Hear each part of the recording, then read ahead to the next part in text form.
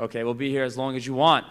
I am Paul Gazzone. I'm the principal of Wantagh High School. I love being the principal of this school. It's just a fantastic place to be, it's my 5th year, and I get to work with these wonderful administrators that you see on the screen. I can't tell you how much I enjoy it. We sit in many, many meetings.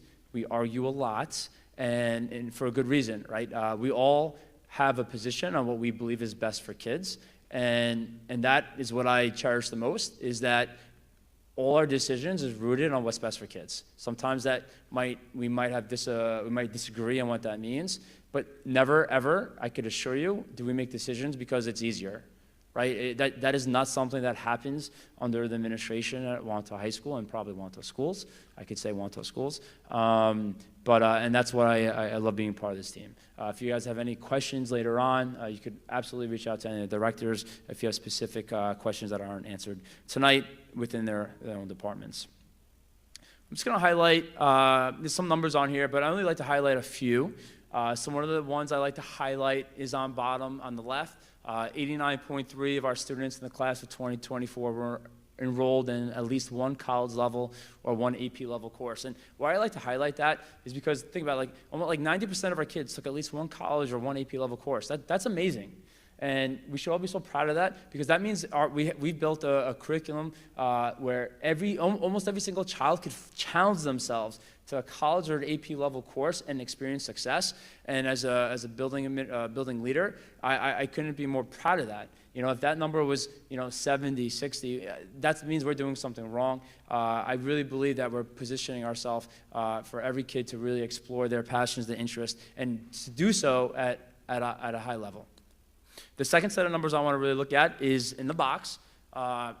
Look, a lot of schools would tell you in this meeting, like, hey, we have 97% graduation rate, 98% graduation rate, and we do too. But that's not what I like to talk about. What I like to talk about is, okay, you can graduate, and now what? What did they actually do, right? They got the diploma. Were they successful? Did they go and get a diploma? So what in that box, what I'm looking at is 95% of our students return to our second year of college, where the national average is 76.5%. And then 80% of our students complete a degree within 6 years. I like to use 6 years opposed to 4, not because it increases our number, but I don't necessarily believe that we should say to a child that you graduated in 5 years or in 6 years and you're not a success. For some of us, including myself, although 4 years is like the standard we like to think about, the truth is some of us take a little bit more time, and that's okay. And we should be celebrating those students, and that's why I use that number. But what I also like to do is I like to compare things. So when you look at the national averages between the two, when you look at the percent difference for each, the percent difference is of roughly 25%. So what that means is your children, by coming to Wantagh High School, being educated here and graduating, your child is 25% more likely to do both those things than the average child in the country, right? So that's something that we're proud of as administrators of being here, but as a community, you should be proud of that too, and that's why I like to highlight those numbers. It's a little different than what I think other people might show. Another thing I just want to quickly highlight is we are changing our course weighting effective next year. So what you'll see in the yellow, we have college level courses and pre-AP level courses in yellow. Currently, those courses are weighted at 1.15. They've traditionally here been weighted at 1.15. After further discussion and talking about it, we decided that it's not really an accurate indicator of what the rigor of those courses. We firmly believe that AP courses do stand in terms of rigor above college level and pre-AP courses, and then we don't think they should be weighted the same. Our honors level programs, they really do phase out in 10th grade. We don't offer any more honors classes in 11th and 12th grade. They actually phase into either college or pre-AP in our world languages, and it's just a better indicator of the rigor of the course. And just specifically off the top of my head, I could just talk about, we have students that might take AP Psych and College Psych. Currently they're getting a similar weighting, but AP Psych is a much more rigorous course than College Psych. We also have AP Stat and College Stat. AP Stat is more rigorous. We have AP Pre-Calc and College Pre-Calc. AP Calc pre-calc is more rigorous. So all we're doing is we're really realigning our weighting to what is true to the rigor of the courses. And that will be effective next year. So, and it's also, those weights are mirrored in the course catalog that was shared in December. And so all that will be there. Again, anyone who's in a course, though currently a college or pre-AP for this year, when it gets posted to the transcript, they will have a 1.15 weighting on those courses. So those students are grandfathered, and next year this will begin this new weighting policy. Okay, does anyone have any questions on the weighting policy before I move forward? No? Okay, so moving forward, I'm going to introduce Dr. Whitman. All right, hello, good evening, everyone. Thanks for coming outside and taking your time and braving the cold to be out here tonight. If you look up at this slide here, it talks about some of the new courses that we're going to be offering, contingent upon the passing of the budget in May, that we offer to our students. And these course offerings, we want to make sure that we're constantly updating our programs based on the needs and interests of our students. And a little bit later on, the curriculum directors will be speaking about each of these new courses individually for more insight on that. Over and over, we want to make sure that over the course of your child's career here, we'll continue to update the things that we offer so that we can give your children an opportunity to have a great experience here, and we're keeping up with the times and providing things for students to be able to enjoy things better than just our regular, reading, writing, arithmetic stuff. In other words, we want them to be able to have an opportunity to have a well-rounded education. One of the things we're most excited about, and if you have any older children that have come through high school already, here at the high school we offer a wide variety of either interscholastic athletic teams for both boys and girls, as well as over 40 different clubs that provide things for just about any of the interests or the desires of any of the children that come through here. We also offer a variety of co-curricular activities that can give children an opportunity to take advantage of some of their strengths and some of their things that they really want to do outside of the regular school day. Things can explore their passions in music or theater or journalism, student government. We're proud of the fact that the high school offers a wide variety of options so students can fulfill all the things that they want to do. And we'll learn about them for the students who are in 8th grade coming to 9th grade. In August, we have our freshman our freshman orientation, and each of these different clubs and teams and things like that usually will have a table set up where people who are part of those groups already and those clubs already can give children more insight into what those clubs are all about and what they offer.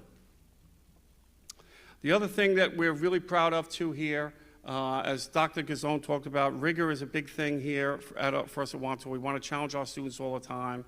And at the same time, if they work hard here, we want them to be recognized for their accomplishments.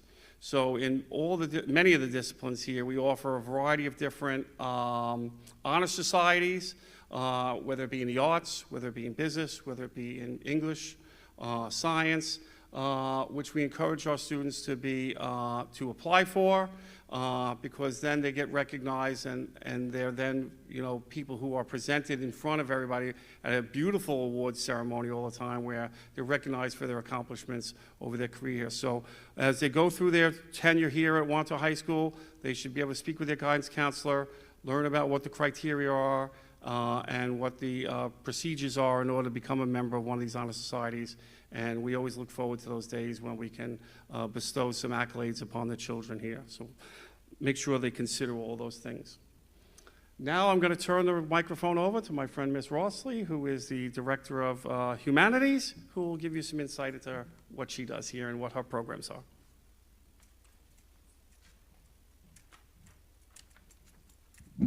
Hello, good evening. As Dr. Woodman said, I'm Julie Rossley, Director of Humanities, and I'd like to take this opportunity to share with you some information about Wantagh High School's humanities programs.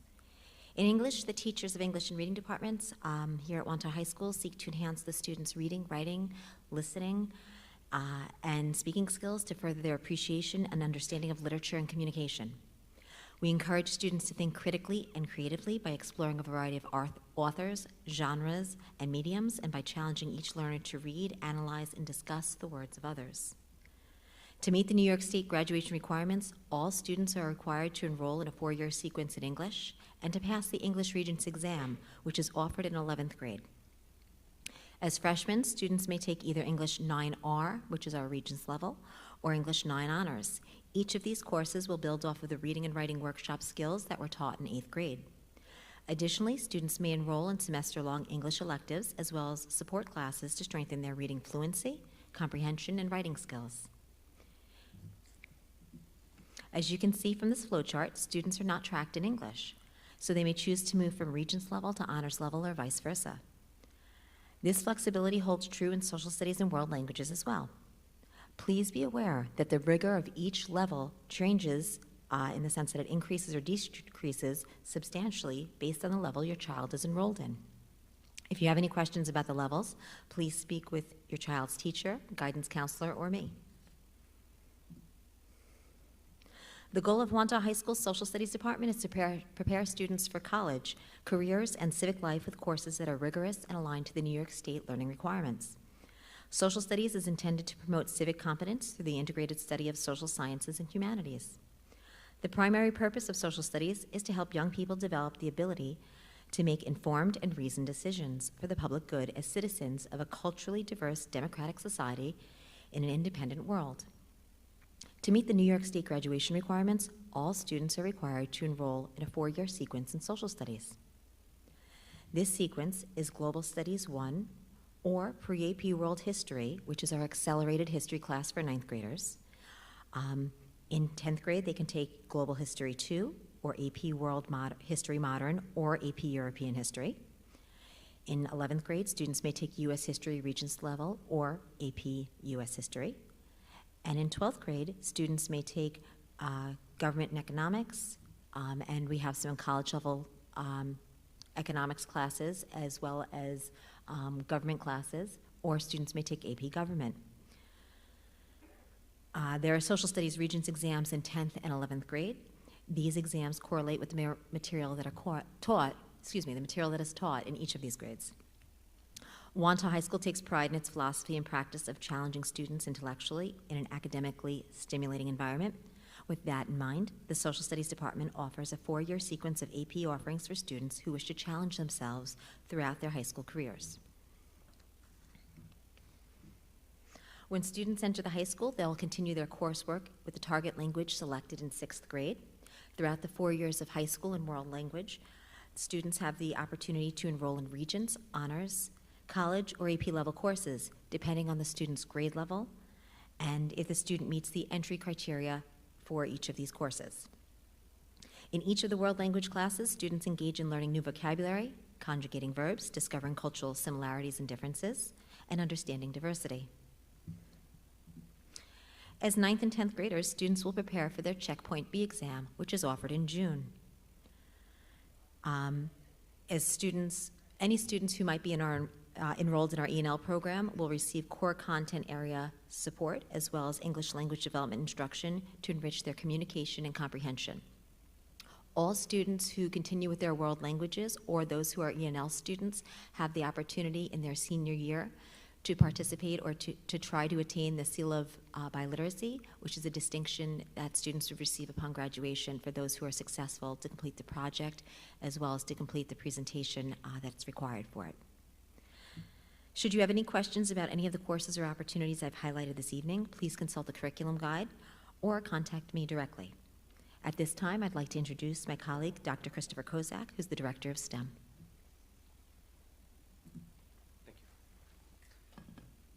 Thank you, Mr. Rossley. Good evening. My name is Christopher Kozak. I'm the Director of STEM. And tonight I'm going to walk you through our terrific course offerings in science, mathematics, and technology. First up are our science courses. And at Wantagh, our outstanding science program provides students with diverse course options to fill graduation requirements, work towards advanced Regents diplomas, earn college credits, and strengthen their academic portfolio while exploring their interests in STEM fields. These charts are actually available They'll be available after the meeting as well, so if you want to take a picture, you're more than welcome. There's a lot here. I'm focusing more on ninth grade. And science is, there's a little bit, there are a couple of changes in science. So if you look in the blue column on the left-hand side, that is where our students are now. Students are either enrolled in earth science or they're enrolled in living environment. And if you can see up there, the names don't match. And that's because next year, the names and content and assessments of the courses change. So living environment actually goes back to biology, so it's life science, biology, and earth science is renamed to earth and space science. Just to clarify, it's a little confusing as I begin to explain it, but so right now students are enrolled in earth science or living environment. If your student is enrolled in living environment currently in 8th grade, they will enroll in earth and space science in 9th grade next year. If currently they are enrolled in earth science in 8th grade, they can take life science biology next year, or they can challenge a course called Biology Honors AP Environmental Science course in grade 9. So for those of you who have older children, this course used to be called LEAPS, which was an acronym for Living Environment and AP Environmental Science. So I will still call it LEAPS for the next 5 years, but the name of the course is called Biology H and AP Environmental Science, which I actually think looks better in the transcript also. Just to speak of this course quickly, this is a combined curriculum where students earn both Regents credit and AP credits upon completing the course and assessments. Right? This is a rigorous course, I'm going to repeat it slowly, which culminates in an AP examination in May, followed by a Regents course, Regents examination in June. So Mrs. Sebastiano, the teacher of this course, is fantastic, and our students perform very well at the end of the year. But in terms of rigor, it's probably the most rigorous course that a student is going to take in this high school. And I mean that coming from an 8th grade, even 8th grade honors earth science is pretty rigorous. But going from an 8th grade honors course to a course that's both a Regents and a college level AP course is very challenging. There is a somewhat of a learning curve and an adjustment curve and executive functioning and things of that nature, and some tears, and I get a lot of phone calls, and students, as they progress towards the 9th grade, they acclimate to it and they perform very well.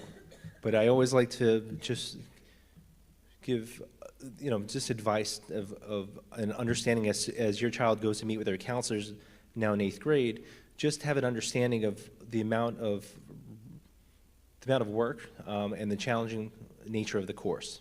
It's an outstanding course, but I just always like to give that. And I'm more than welcome, you're more than welcome to call me and we can have a full conversation about it. We can also talk to the teacher as well as your child's current teacher about that. Okay. Now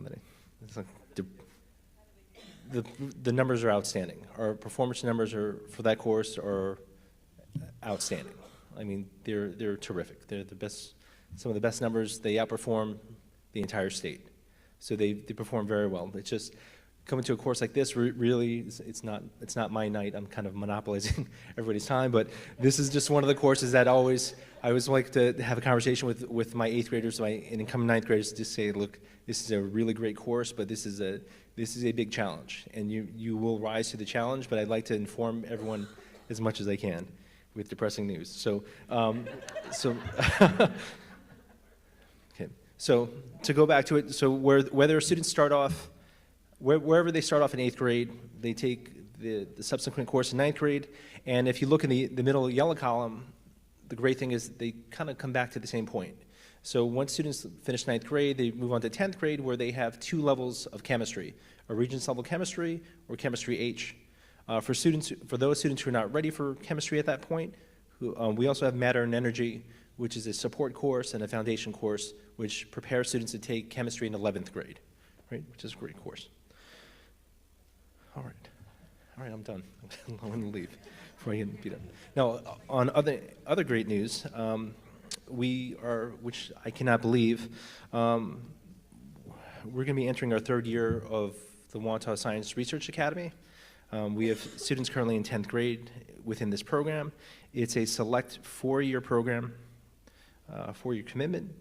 It provides students with essential research skills through collaborative research projects, papers, and oral presentations, where students secure summer internships, enter local, regional, and national competitions, and we are, I would say, 80% complete of our actual research lab, which we're really, really excited for, and our students are excited for. This is a terrific program. We had a parent presentation last month. We also have teachers pushing into every single science class in January to have discussions with students. Once again, if you have any questions about this program, please reach out to me. I would love to have a phone call and share how great the program is. Okay. Next, we'll move on to my favorite subject, math. Right, and here you're very lucky. More focusing on 9th grade. Our 9th grade teachers are fantastic. So whether your student currently is in 8th grade math or algebra, they're going to encounter really terrific teachers next year in 9th grade. And that, as a parent, that's important to me. So our current 8th grade math students will move on to Algebra 1 in 9th grade, and then Geometry into 10th grade to complete the region. Our current 8th grade Algebra 1 students will move on to Geometry in 9th grade and Algebra 10 in 10th grade. And it's important to denote here the difference between an R and an H. R is a Regents level course. H has an honors weighting. And one of the great things about our scheduling structure here is that certain students may blossom late in math. They may not challenge algebra in 8th grade, may complete it in 9th grade, and all of a sudden they really start to love math. And so I've really, I don't want to say significant, but to me it's significant, a decent amount of students who actually start off in 9th grade, regulars algebra, and all of a sudden they hop into honors in 10th grade, and they start accelerating from that point. And I see a lot that many of these students sometimes have a far better grasp of math, having not rushed all the way through 8th and 9th grade. So it all depends on the students. Where I have, so I just want you to be aware that you do have the ability to move up or down from a Regents to an honors level course. All right. And next we'll talk about our technology program. Once again, outstanding technologies teachers here. I'm going to highlight two different courses. Our courses align with the middle school, so students feeding in from the middle school will enter 9th grade, and they'll have the opportunity to take a few different courses. The first is PLTW Engineering, DDP. This foundational course merges Project Lead the Way's Introduction to Engineering Design with a Design Drawing for Production course. This is an excellent opportunity for students that allows them to express their artistic creativity, and upon completion of the course, students may earn 1 foundational art credit. In terms of computer science, students that are currently, they have the opportunity to take PLTW Automation and Robotics in grade 8. In grade 9, they have the chance to take 2 distinct courses. Each course is a semester-based or half-year. Right. The first is Introduction to Coding, where students are exposed to widely used coding languages. And the second course is Robotics, which introduces students to machines, automation, and computer control systems using VEX and a robotics platform. Okay. And that's it for me. If you have any questions, please feel free to contact me. It's my pleasure to introduce Ms. Kelly Jones, our Curriculum Director for Fine and Performing Arts and Business Education. Thank you.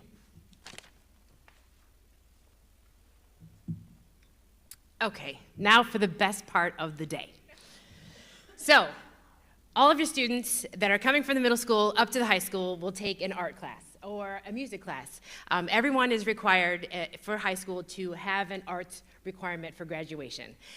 Most students do accomplish that goal by the end of 9th grade. So in the art realm, we have our Studio in Art, PTLW, which Dr. Kozak just talked about, and Studio and Media Art.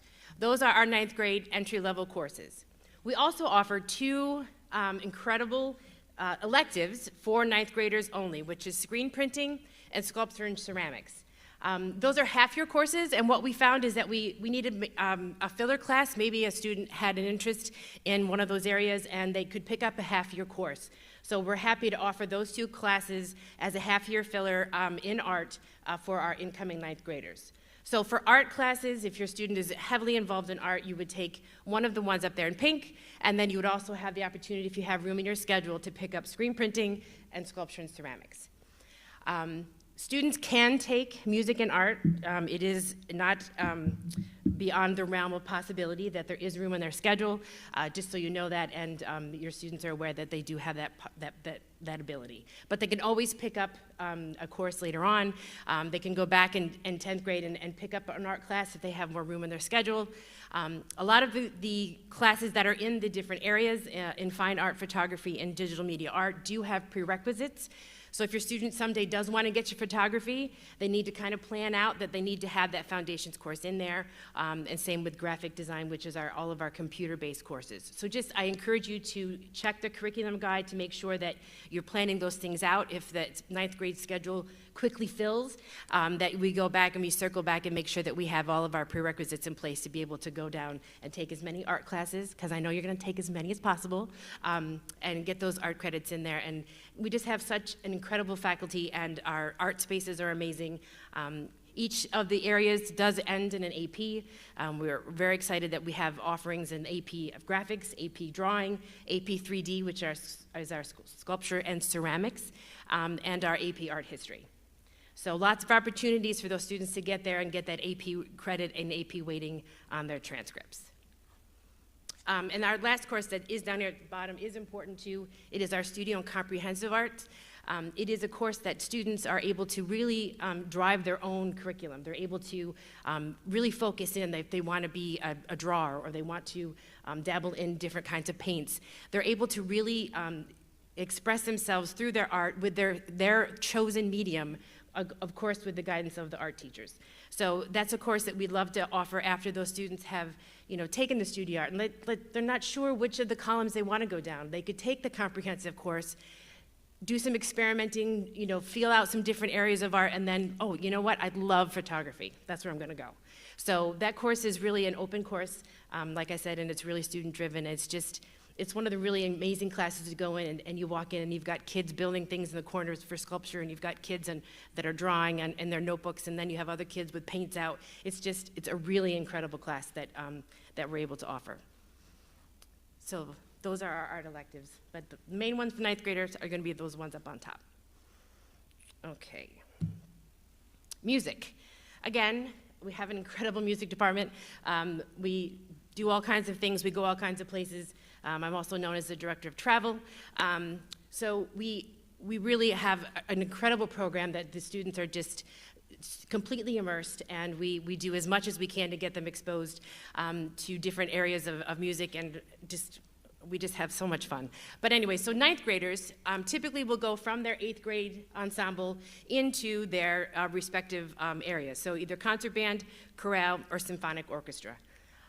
The honors level classes down at the bottom, wind ensemble, honora la voce, and string ensemble, are all audition-based courses. So those materials are out right now. You're welcome to have your students talk to one of the music teachers, grab those materials, and audition. You never know what's going to happen. You could go through the process, but it also gives them a great idea of what that process is going to look like maybe in a year or two. But we really encourage those students to shoot for those upper level courses. They are honors weighted, but they are definitely the most rigorous, and the level of music that they're doing is absolutely the college level. But we really encourage anyone to get really involved and get that information and shoot for those honors level courses either next year or sometime in the very near future. Yeah, okay. And then I'm going to ask Dr. Zuzon to talk about something new. Yep, so this is actually a new department this year that we have. We've had some of these courses in the past, but they've kind of lied in maybe like English, or they lied in music or art. And it actually started with honestly like another one of our fights. It did. We were talking about the new course, a blueprint for broadcasting, which is for 10th and 12th graders. Where we were debating what department it belonged in. Did it belong in art? Did it belong in music? It's not art or music. And then we realized we needed a whole new department. And then we realized we have other courses that would fit into that department. So for the first time ever, we have actually a performing and media arts department, and it kind of makes sense when you put everything together. One of the things that I also want to quickly highlight, you saw it in the technology slide as well, is we've begun to start shifting to this idea of an A-year cycle and a B-year cycle. And the reason for that is, look, the truth is we're a small school, but we have kids that want opportunities, right?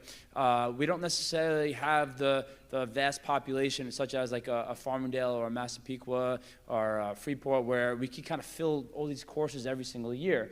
But we have kids with passions that want to experience all these different things, and we want those opportunities for these kids. So we have to be a little bit creative in how we think, and we've started to create this A-year, B-year cycle. And for technology, just to kind of cycle back to that, I know we're a couple of years away from it, but we used to only offer like a car care course. Then we grew to like car care and power sport.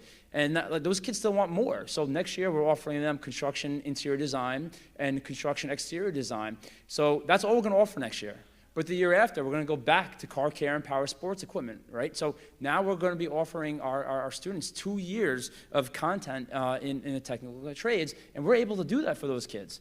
And then we said, where else can we do that? And then we started talking about theater. We have a nice population of theater kids that want to do more than just what we had was drama and advanced drama. So we proposed 2 new courses that the board that approved, that we have the art of improv and page to stage. But next year we won't offer those classes again. We're going to propose 2 new courses in the area of theater, and they will run on that B-year cycle. And then the year after, we're going to bring back those other 2 courses. So again, we're trying to be creative in how we offer opportunities for our kids, and by using this A-year, B-year cycle model, we're able to do that also at a really cost-effective manner because we're able to run these classes now.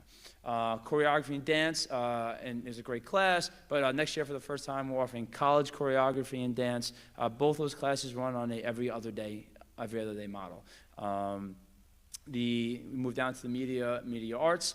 This is really exciting. The board that has also approved, pending budget approval, a design of a broadcasting studio. So we've been doing some site visits to Oyster Bay. We went to Hauppauge and at least one other place. But in the colony, we've actually taken over a section where we are going to be building a broadcast studio that's connected to our actually audio engineering studio, which is amazing. It's also an excellent class, as well as podcasting, where the vision is we're going to have a 4-year sequence for our kids. And because it's on the colonnade, for any of you with younger children, potentially the next idea is we want to phase this for the middle school, and then we could have this kind of like almost like a 5-year sequence for students in the middle school, in the high school, kind of working together on broadcasting. And we came up with the idea of broadcasting because it's not people don't watch TV anymore for the news, right? We wake up and we look at our phones, we scroll through social media, we go on YouTube, like that's the way of the world where we're moving, and we want to be able to give kids opportunities to do that. We want to do our announcements on live on our TV every single day, opposed to hearing Miss Dr. Gazone say today's a great day to be a warrior, because we are Wantagh every single day. They want to hear other people do it, but we're really excited about that. So that's going to be in place for next year, and the broadcasting class won't be available for 9th graders next year, but moving forward, your students will have the opportunity to take advantage of that. Okay, business education. So for our business-minded students, we are in year 2 of our newly designed business department. So up there you'll see that we have 2 9th grade courses, that's Foundations of Business and Business Communications. Both of those are 9th grade eligible. But then you'll go down and you'll see that we also have very robust electives for our 10th through 12th grade students. Each area, general business, business administration, finance and marketing, all have college level courses in them. So you'll see that those students, once they get that foundations course, taken care of in 9th grade, they'll be able to go through and really hone their area of expertise, or the area that they really want to delve into. But let's say they're not sure that they they took the college marketing class and, maybe not marketing is for me, I'm more interested in finance, and they can pop back over to the accounting column. So there's really no prerequisites. You would, again, check the curriculum guide to make sure, but we really wanted to make this program so the students could get either as very focused of a experience or have a bigger, broad experience in each of the areas of business. And then, of course, the most incredible class is our virtual enterprise class, which students will be able to have in 11th and 12th grade. It's actually a course where the students create a business. They sit down, they come into class, they have no idea what their business is going to be, and they have to go through the entire process of developing a product or developing a business model. They have to pitch it. They have to have people buy and take stake in it. Then they elect a CEO and a CFO, and they really go through the entire process of how it is to build a business. And then we compete all over Long Island. Our kids are headed off to Riverhead at the end of this week to compete. So it's just an incredible class that really gives them real world experience in building and having a real understanding of the business process. So again, for ninth graders, it's those two ninth grade foundations courses, but then as you can see, we're really heading up through some pretty incredible things. The new one is our new cybersecurity, which is a 10th through 12th grade course, but it is also going to be leading to certification as a cybersecurity expert. So this is the first course of another course, and after that another one that will be offered for students to be able to take all three courses, complete the exam, and then walk out of our high school as a certified cybersecurity expert. So we're really excited about that. Again, bringing new and current things to our kids that really, it speaks to what exactly is going to be hopefully their futures and into the future of business and technology and beyond. So, but we're really excited about this, our new business program, and like I said, this is the end of year 2, and we're just humming right along. Okay? And now we're going to invite Mrs. Akeen up to talk about phys ed and health.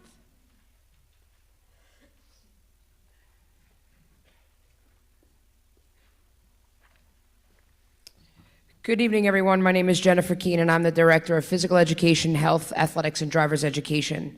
In terms of physical education, every student in grades 9 through 12 must take and pass physical education each semester to graduate. The structure and foundation of physical education is to promote a healthy lifestyle and encourage positive behaviors. We offer numerous options within the course for student choice and engagement, as well as foster lifelong fitness and wellness. Health is also a required course for all students. Health is offered to students in grades 10 through 12, so you have a little time. This course your child goes through will be based on their specific schedule availability, and our course covers the makeup of the human body and its functions while enforcing the key concepts of properly maintaining and promoting a healthy lifestyle in a continually changing environment. Thank you very much. Up next, we have Dr. Maura LaChance.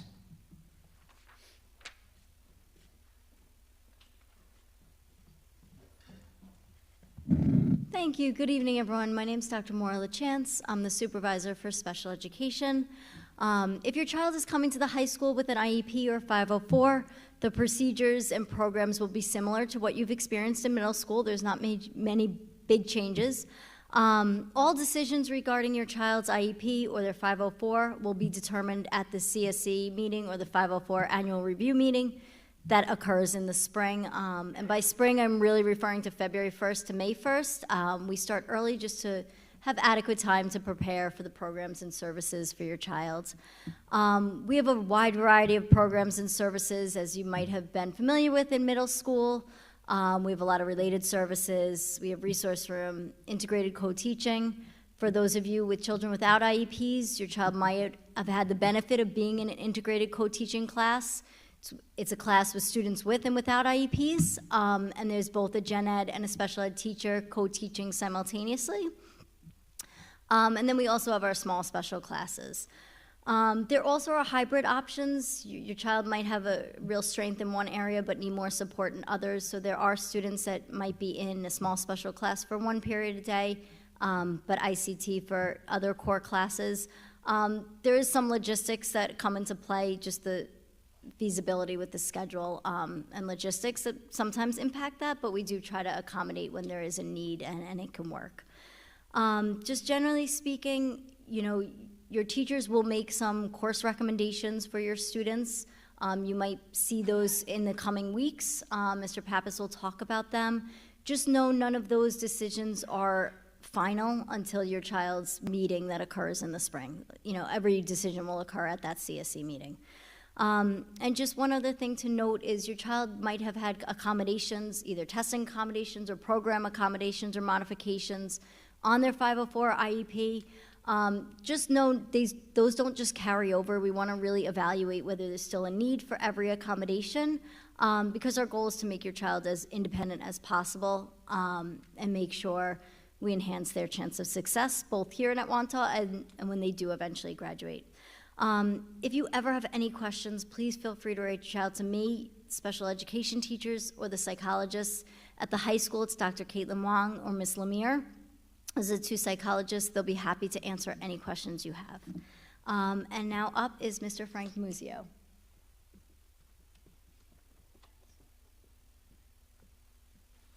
Good evening, everyone. My name is Frank Muzio. I'm the Director of Guidance and of Family Consumer Sciences. And we just concluded our 10 through 12 presentation, and in that presentation I talked about a lot of our course offerings and how these course offerings help students gain independence and go on to college and careers with a footing of culinary arts and how to be caregivers. So I'm going to skip that a little bit because you are all entering grade 9. One of the things that we do, there's 2 course offerings available to our incoming 9th graders. One is in the culinary arts strand, that is culinary foundations, and the other is adolescent development in the child development strand. Now parents, I want you to go with me on this. Now I want you to picture your kitchen, all right? Put yourself in your kitchen. You there? Good. Okay. Now I want you to put your incoming 9th grader in the kitchen. Right? You there? Good. All right, now I want you to add 4 more 14-year-olds in your kitchen. You there? Good? Okay, terrified yet? Good. One of them is chopping vegetables. Another one is preheating your oven. Another one is measuring dry ingredients. Another one is preparing a baking sheet. Another one is washing things. Yes, yeah, a lot going on, right? We do that in a room right across the hall here, room 110A, times 4. So we'll have 4 kitchens going on at once, doing roasted vegetables and a variety of other things. And what we're really trying to teach there, because they'll refine the roasted vegetable routine in culinary cuisine and Master Chef and so on, but we're teaching them cooperation. We're teaching them how to work as a team. We're teaching them safety, so that when you do come home from work and there's 4 or 5 14-year-olds in your kitchen, no one's going to burn the house down or chop something off or something like that. But most of all, to parents that does sound horrifying, but to most students it sounds like a lot of fun, and it is. And we try to make it fun, but in the midst of the fun, they're learning about nutrition. And they're learning about cultures by making foods from different places around the world. And they're learning about chemical reactions with heat and so on. So it really is a wonderful class. The students love it. I go in there every once in a while. We just follow the scent. Sometimes it smells like bacon or something, and I'm drawn to room 110A there. Now, adolescent development, as you would imagine, is different. And students take this course because they're learning about what they're going through as adolescents. But in the midst of that, they'll learn a lot about developmental theory. And they are part of what we call the play group, because we have students, or toddlers, I should say, that come in, and they're paired with our students in adolescent development. They learn that kind of theory as well. And that's part of the training, too, because we hope the students in adolescent development will then take child development, in which case they will learn that developmental theory on child development and see those toddlers as well. But it is a wonderful series of courses, and I hope that your children take part in them. Now, as far as guidance and counseling, we offer a variety of things, but as incoming 9th graders, I do want you to know this. We have the opportunity for parents to meet with us more or less formally, 9th grade, 10th grade, 11th grade, and 12th grade. Now, I say semi-formally because our 9th grade parent meetings will take place in November and December. And most parents will say, can we do it over a Google Meet? No problem. Can we do it on the phone? I mean, no problem. But we really just want you to tell us more about your son or daughter. That's the basis of the 9th grade parent meeting. As you can see, we have a host of night programs. We really try to do a lot of outreach. But the main role of the counselor is not even listed here. We are talking to students all day. It's very rare that I can walk out into the guidance suite and there's nobody there, that there is no student waiting there. Sometimes we'll talk about college later on, we'll talk mostly this time of year about choosing a lot of the courses that you just heard about. And students are really understanding what their interests are and what their strengths are in choosing these kinds of classes. But I ask you to take part in our evening programs and take part in our parent conferences as we get to know you and your child. Now, the freshman experience. Let me talk just briefly about the freshman experience. Every student in 9th grade will take a lab science, and that lab science will be in the 6-day cycles, 2 days. So they'll have, let's say, Earth Science Lab on days 1 and 3, and they'll have physical education on days 2, 4, and 6, and that will leave one day, let's say day 5, for the freshman experience. So we meet with students every once in a 6-day cycle. It is a non-graded class, and so we try to make it fun. But so far, we have had lessons in organizational skills. We've had lessons in time management, in decision making, in cyber safety, in gratitude, and a host of other things. And what we're going to start to do after we finish the scheduling process is we're going to do more on college and career exploration. We're going to do more with healthy relationships, just a lot of things that we think are building blocks as a child goes into 10th grade, and 11th grade, and 12th grade, that they're going to have these skills of resilience, the coping mechanisms, and the time management and the organizational skills to be successful later on in high school. I'm going to talk briefly about vocational ed because I'm currently interviewing 10th graders to be in 11th grade vocational programs. So this is kind of a year away. But as you can see, students can learn a variety of career-based skills, such as carpentry and trade electricity, culinary arts, and so on. And the deadline to apply would be February 1st. It's a pleasure speaking with you tonight, and I'd like to introduce Mr. Nick Pappas, our assistant principal, to talk more about our curriculum guide and the nuances of scheduling. Good evening, all. Happy New Year, and thank you for joining us this evening. I also like to thank our directors for sharing their programs with you. I know there's a lot to take in with all the programs in each of the departments. That's why the curriculum guide is offered to all of you online. You just click on About Wantagh High School on the high school website, course offerings, and it'll bring you right to the curriculum guide. The great thing about the curriculum guide is that it is very user-friendly, and there are links on the curriculum guide that could, if you click on a specific course or a department, it'll bring you straight there. If you want to click on certain AP courses or college-level courses, it'll bring you right there. All 9th grade eligible courses, there's a specific link just for all 9th grade courses. So it's a super user-friendly curriculum guide for you. So middle schoolers are slowly going to be meeting with their counselors in the upcoming weeks. When they meet with their counselor, they will see all the recommendations that were made for them. Middle school teachers will be starting that process at the end of this week. And they'll be making recommendations in math, science, social studies, English, and world language. In addition to that, all 8th graders are going to be given a 9th grade elective form by the middle school counseling team, where they'll be able to select which of these electives they would like to take in a specific order. and as well as what type of art or music they are interested in taking in 9th grade. The form is due back next Friday, so they'll be receiving it tomorrow, I believe, is when the middle school counseling team told me they're gonna meet with all 8th graders, and then they'll have about a week to make those decisions, and then they'll be returned back to the guidance counselor. In the meantime, all the middle school teachers are slowly making these recommendations. So you'll be hearing from me tomorrow with instructions on how to be able to view these teacher recommendations for incoming 9th graders. So for your children, those recommendations are not ready yet. So what you'll see at the moment is kind of a pre-loaded list of courses. For example, every single incoming 9th grader will have English 9R, Global 1R, Earth Science, and Algebra 1.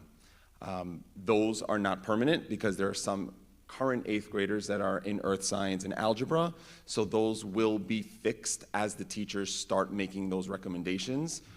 So when you view that, if you kind of click within the next week or so, you might not necessarily see what the final recommendation is. So if you check in by next Friday on that due date, which is January 17th, most, if not all, of those recommendations for middle school, for incoming 9th graders, so for current 8th graders, will be completed. You may have another son or a daughter that's in the high school. Those recommendations are completed. So if you click on your other child that is currently enrolled here, that is all finalized. But for middle school, don't be alarmed if you see something that they are currently in right now. That will be fixed as those teachers make those recommendations. The same thing for English, right? English 9R could be changed to English 9H potentially by the 8th grade teacher, and the same thing for in social studies.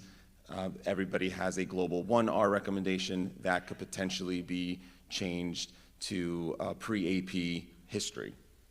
Okay, so that is the course recommendation process for the middle school level.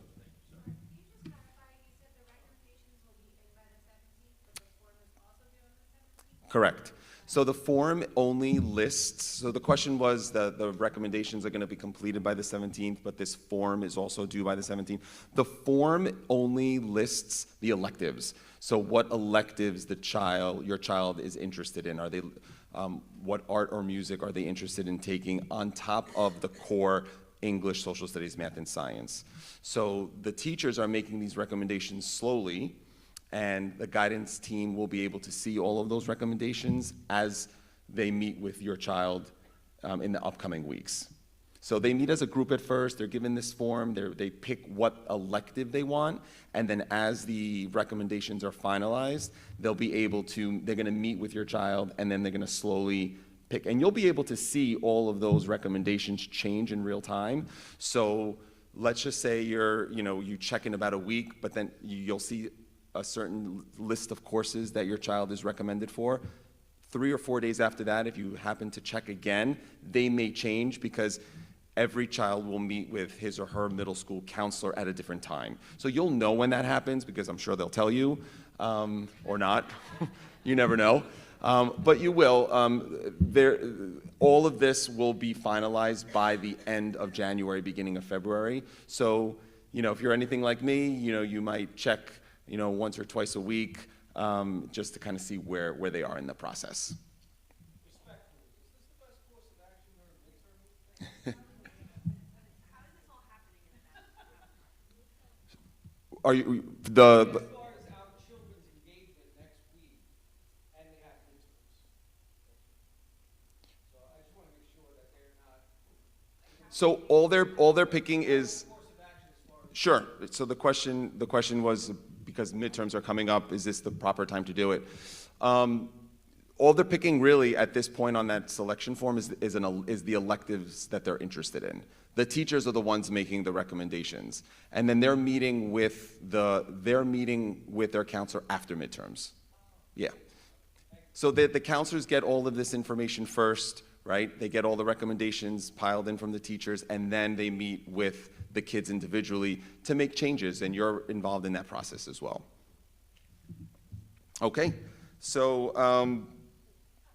the next thing, after your child meets with his or her counselor, all of those recommendations will be kind of finalized, and you'll be receiving communication from me at some point in February as your child kind of narrows down what they're interested in. And the Friday before February break is a deadline where changes are no longer permitted. What we mean by that is that there's going to be about a week time where you'll have an opportunity to kind of maybe make another last-minute change, because if you're anything like my kids, sometimes they change their mind all the time. They may want one thing on one day and they want another thing another day. So once that's solidified and all their requests are final, we will notify you what those requests are for next year, and a small window of about a week to maybe make any changes that you may have before I, as the master scheduler for the high school, get to work in building a schedule for all 850 students. So that begins on Monday after we get back from February break. So from that day up until about the end of May, beginning of June, we are kind of in like a frozen period where I slowly build the schedule for the entire high school. And at that point, in the beginning of June, we'll notify all families again, showing you what the courses that your child is actually going to be enrolled in for next year and what they're being scheduled for. And at that point, there'll be another opportunity, because between February and June, there might be another change of heart. We do have this happening every year, where kids may change their mind. They may want something of greater rigor. Maybe they don't. But those changes cannot be made between February 20th and about end of May, beginning of June. However, if there is a change of heart and students want to change what course they originally selected, there's no guarantee, because we build a schedule based on the requests that are finalized by mid-February. But we do our best, and the counseling team does their best in trying to get your child into the course that they would like to be in at that point. So just know that at that point, there may not necessarily be a guarantee to get into that course. And then, there's one more week where we can make those changes, and then after that, kind of school's over, we're into summer mode, and then, I do want to share that once the schedule is finalized and we're in the summer and students may want to change, they might change their mind even in the first few days of school, that we do have a frozen period. That in the first 6 day cycle, the first 6 days of the school year, we are kind of in like a frozen period where students, can't make any changes to their schedule in the first 6 days, but changes are permitted after that. So that could potentially happen as well. So you can review those add drop policies also on the district website, which is very close to where the curriculum guide is located as well. And then in August, schedules are released with the courses and the teachers as well. So all freshmen have 8 academic periods, are scheduled for 8 academic periods plus lunch. Lunch in high school is a little different than in the middle school. You don't eat the same period with all of your peers. Lunch can range anywhere from period 4 through period 8, and having lunch take a 5-period span actually increases flexibility within the schedule, so your child can actually get all the courses that he or she requested. So it adds that flexibility. There are about 40 to 50 kids in the cafeteria in any given one of these periods, as opposed to 220 of the peers. And like I said before, final verifications will be distributed in June, and to please monitor your email as we communicate with you tomorrow on how to begin to look at those recommendations, in February as you look at those requests, and then again in June, which will list all of the courses that your child is scheduled for. Okay? Oh, yeah, sure. And not only is lunch spans 5 periods, but let's say in the fall, they may have, your child may have lunch in 4th period, but in the spring, they may have lunch 8th period. And that might mean because the courses, the electives that they are requesting that are semester-based electives, they might also fall best for your child 4 and 8 opposite lunch. So again, it really is the last of the things that get scheduled. What I do, I try to prioritize the cores and the electives, and then lunch is really one of the last things to get scheduled, so it kind of goes where the gap is, essentially. Okay. Do you guys have any questions for us? I know there's a lot of scheduling questions. I know there might be some academic program questions. Please feel free to ask. Just one. I want to make sure that I understand the February dates. You said that the form is going to be given to the children, I think you said tomorrow, right? Yeah, the counselors are going to meet with the kids in like a large group and kind of give them the form. They had to submit that on the 17th, by the 17th of January. You mentioned the February date, which was... Sure.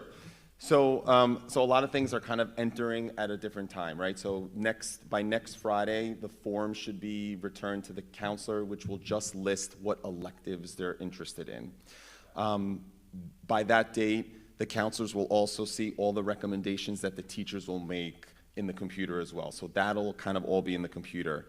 But then after that point, the counselors will individually meet with the students, because just because a child might be recommended for something, you'll be able to see it on the portal as well. And you may want something of greater rigor for your child. The child may not want that. They may want that. So after the individual meetings that will take place between the 17th and the beginning of February, it'll take time to kind of compile and have every counselor meet every child. Yeah, I guess my question really is that they make the submission by the 17th and they do change their mind before your February.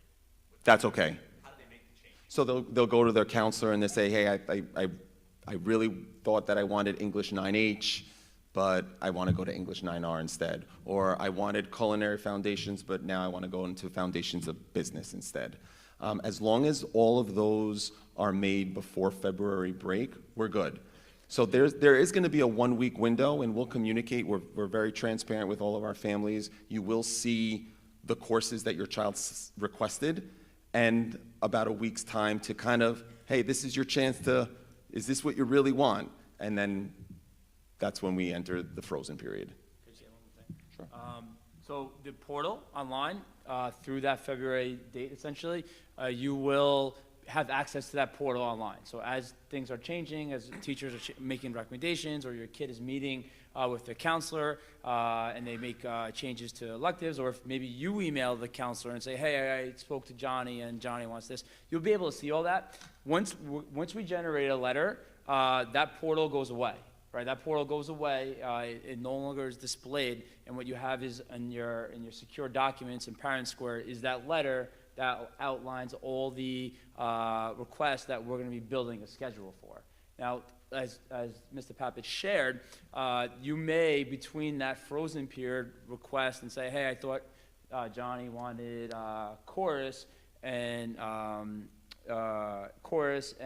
we want to orchestra, and we might be able to accommodate, we're not sure, but any change at that point in time, and even a CSE, if there's a CSE where a child's supposed to be in one class or another class, you won't see that on that letter, because that letter is a static letter that doesn't change. The council may have that information internally. When you get that next letter in June, that's when you would see those changes. So it's basically February you get a letter, no more portal, the portal's gone. You get another letter in June, and that June letter is like your last opportunity to make any changes before we head into the summer.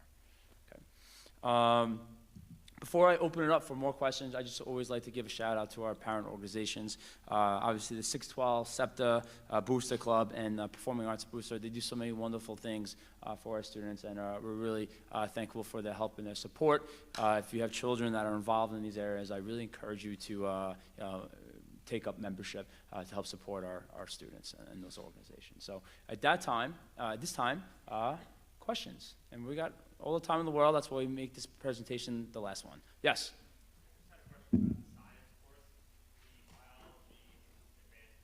Yep. Yes, so you have to be in Earth Science now in order to go into that class. Yes. All the courses and the new departments, is there a summarized list of which ones are dependent on the budget that came out? The only courses really are the ones where we have to do construction to our places. So that's really like the broadcasting class, which is a 10 through 12 class, so that really wouldn't impact decisions for ninth graders. Or which one? EMT. All right, but that wouldn't That's a impact senior any of level the, yeah, it's course. EMT, that's a senior level course. An interior and exterior design, because there's some construction to our tech area that we have to do. So for ninth grade, no. Not for incoming ninth graders. Any other questions? Yes? Are parents included in the meeting, the eighth grade meeting that they'll have with their guidance counselor? I don't think parents are, but they'll, if there's questions, you could definitely contact the. I do the know students. from working with the middle school counselors closely. Can you speak into the mic? Yeah, sure. Yeah. The question was if parents are involved during the meetings as they select courses for next year. In working with the middle school, I already met with the middle school counselors last week, and in working with them in the past, they communicate with you throughout the process, right? So as decisions are made and as you're also able to see what those recommendations are in the portal as well, you will have open lines of communication. Reach out to, Ms. Gilly or Mr. Bloom or Mr. Ward.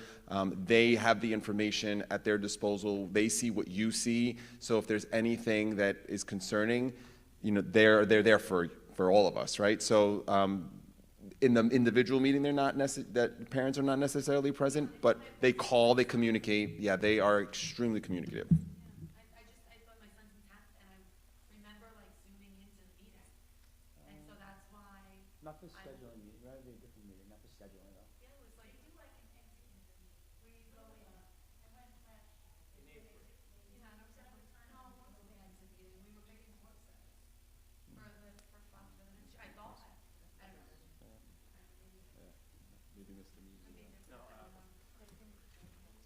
Was that for your 10th grader?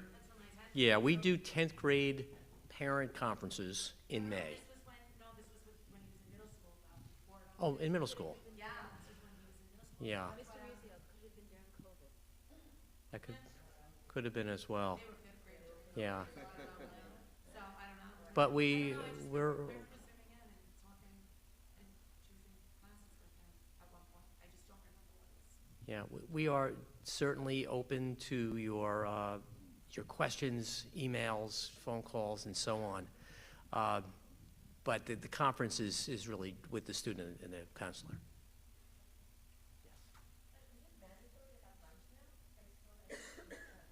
So I'll answer that. It's not mandatory, but I highly recommend it. I have to be honest, if I could mandate it, I would. I really believe that every freshman should have lunch. I think it's really important. I think the transition from 8th grade into 9th grade is a big one, and I think they need that break. I highly recommend it. Look, if there's someone that says, like, I highly don't care what you recommend, I'm not going to say that you can't, right? But just from my experience, especially for a 9th grader, I just think having a 40-minute break in their day is really important. So, yes, over there. Mm-hmm. They could snack, there's opportunities to snack and stuff, but they can't really have like a full lunch. Yeah. Or buy lunch, Yeah. they can't buy lunch. Yeah, they can't buy lunch or have a full lunch, yeah.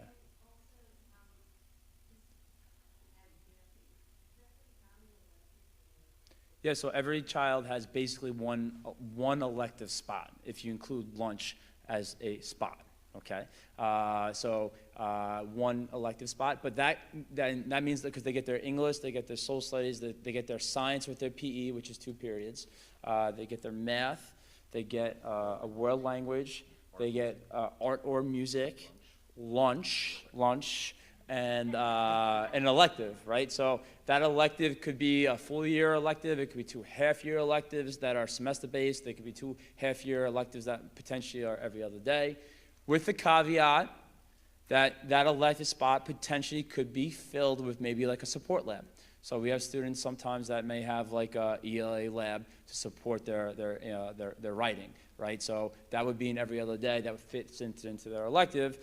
So then on that other day, they either have to pick an elective that isn't every other day elective, or they might require another support lab in a different area. If a kid's qualifies for special education services, they might have a resource room that might fit in that area. So there are some exceptions, but generally speaking, there is that one full period for an elective. Is what? No, not the high school. There's no early bird. Yeah. Question back here. What do they take? They could take another elective. So let's just say they want to take, let's say they have a passion for, Art and music. or I'm going to say maybe like engineering and music, right? So they say they want to take the Project Lead the Way course for design, but they don't want to give up their art or music, right? So, and although Dr. Gazzone says, I highly recommend you pick one, and the kid says, I don't care, I want both, they could do something like that. Or they could say, I want culinary and a business foundations course plus art or music. So it would basically be an elective, another elective that they're taking. Okay. Yes? So let's say the electives that my son chooses, if you can't get an elective like that engineering class the first year, is that is that only freshmen in that class, or later on do people take it later on? They could take it later on. Yeah, so like so look, so there's opportunities for kids to take other courses later on in their time at the high school, but there is a social piece to it sometimes where it's kind of like, well, now like it's not so bad when it's like 1 year away, right? You're like, okay, maybe I'm a 10th grade in this class, and that's okay maybe, but once they get to like 11th grade, it's like I don't necessarily want to be in a class with freshmen, right? Doesn't mean we're not going to say like don't take the class if you want to take the class. But sometimes students just, you know, as they get older, feel like, okay, I don't want to be in a class with freshmen anymore. Yeah, but we don't restrict it necessarily. Yeah. Some of the science classes, like the other choices of classes, if it's at 10 to 12, is it usually, are there certain classes that 10th graders take versus 12th? Yeah, I mean, depending on the department, right? So what I would say to you guys is this, right? And that's why I kind of like I like to have the 8 into 9 presentation separately. Don't get too much into the weeds of what's going to happen maybe in 10th grade, 11th grade, 12th grade, right? Let's have conversations about what 9th grade's going to look like. And once you're here, everyone will get a feel. You'll meet with the counselors. You'll be here for the 10 into 12 night. There'll be lots of conversations, and then we'll get into the weeds a little bit more at that point in time. But right now, we just want you to feel comfortable knowing our scheduling process and also the courses that we have to offer your children. Yes.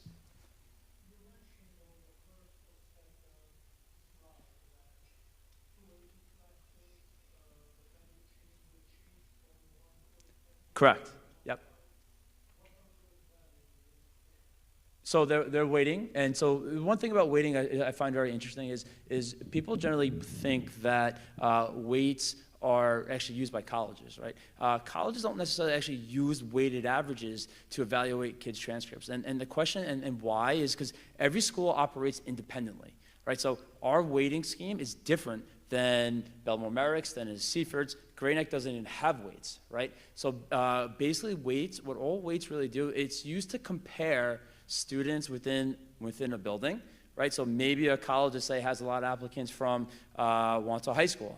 They could potentially pull all those applicants and look at their weighted averages and compare them within the one building, but they can't compare weighted averages of students from Wantagh to Massapequa because some schools have weighted averages as high as 1.2.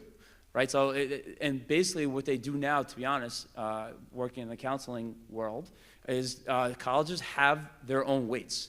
They have a computed system, and every college has different weights that they apply to every kid's every kid's transcript. So they go into a computer in the system, and they reweight everybody's unweighted average to the proper weights that they think is appropriate for their university. So the weight system is really to compare students within a building.